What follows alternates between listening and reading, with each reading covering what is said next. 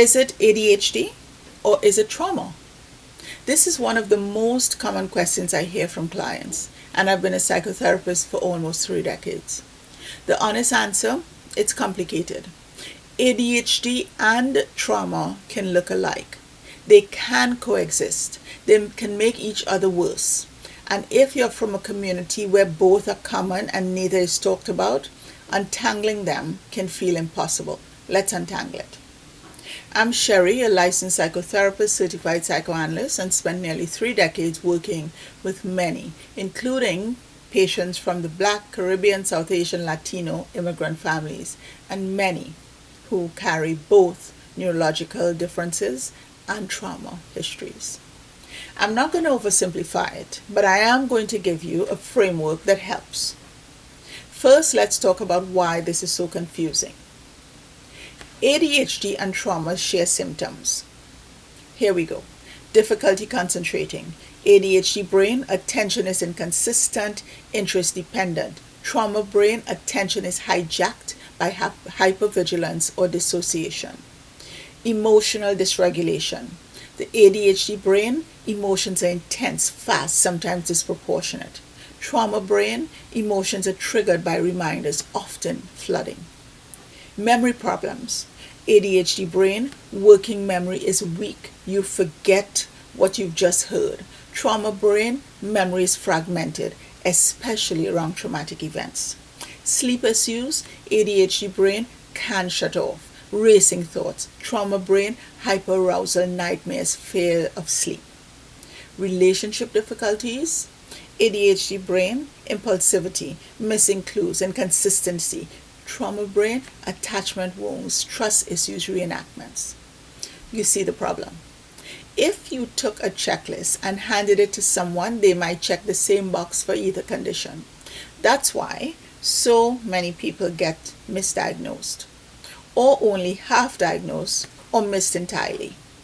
So how do you tell the difference? Timing. ADHD is present from childhood, even if it wasn't recognized. So if you look back honestly, the signs were there before, I would say, age 12. Maybe it's not obvious, maybe attributed to something else, but it was there. Trauma symptoms often have a clear before and after something happened and you weren't the same. Triggers. ADHD symptoms are relatively consistent, though they may fluctuate with interest, sleep, stress, but they are not usually tied to specific triggers. Trauma symptoms are often triggered by reminders, sounds, smells, situations, people, dates. There's a specificity to when they show up. Felt sense. This is harder to measure, but it's important. ADHD often feels like my brain won't cooperate with what I want. Trauma often feels like I'm not safe, even when logically you are. Response to treatment. Here's a practical one. If you've been in therapy for years working on trauma and certain things don't budge, attention, organization, follow through, impulsivity, it might be because you're treating the wrong thing or only part of the thing. ADHD doesn't resolve with talk therapy alone. It needs different interventions. Now here's what I really want you to hear. For many of us, it's not either or, it's both and. You can have ADHD and trauma. In fact, they often travel together. Here's why. ADHD increases trauma risk. When you have ADHD, you're more likely to experience rejection, failure, punishment, misunderstanding, not because you're bad, but because the world isn't designed for your brain. Years of being told you're lazy, careless, not enough. That's traumatic. Chronic misattunement from caregivers who didn't understand you. That's traumatic. And trauma makes ADHD worse. When your nervous system is in survival mode, executive function suffers. The part of your brain that plans, organizes, regulates, it goes offline when you're stressed. So trauma symptoms can amplify ADHD symptoms, and ADHD symptoms can create more traumatic experiences. And for the global majority community, it adds another layer. Intergenerational trauma, immigration trauma, racism and discrimination, cultural expectations that compound shame.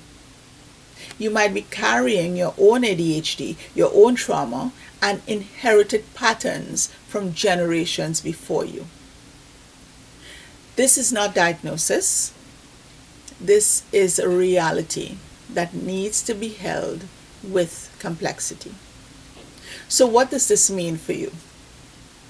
1, don't self-diagnose, but do trust your instincts. If you suspect ADHD, pursue assessment with someone who understands both ADHD and trauma. Not everyone does. If your therapist keeps treating you for anxiety or trauma and nothing budges, bring up ADHD.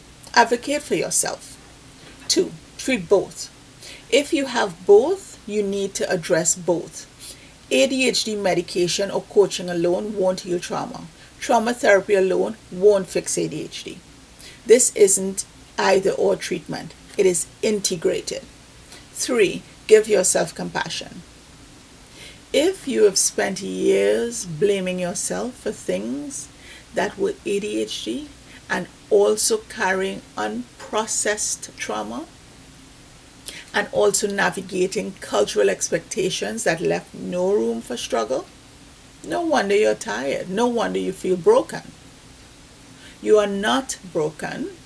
You're a complex human being who's been holding a lot without the right support. Find people who understand that complexity. Not every therapist gets it. Not every coach gets it. Not every ADHD resource gets this. Find people, professionals, community resources that can hold the complexity of who you are. This is exactly why I created the PRISM. The PRISM is a 30-session psychoeducational journey for late diagnosed adults from the global majority. And it addresses both ADHD and the cultural and historical layers that often comes with it.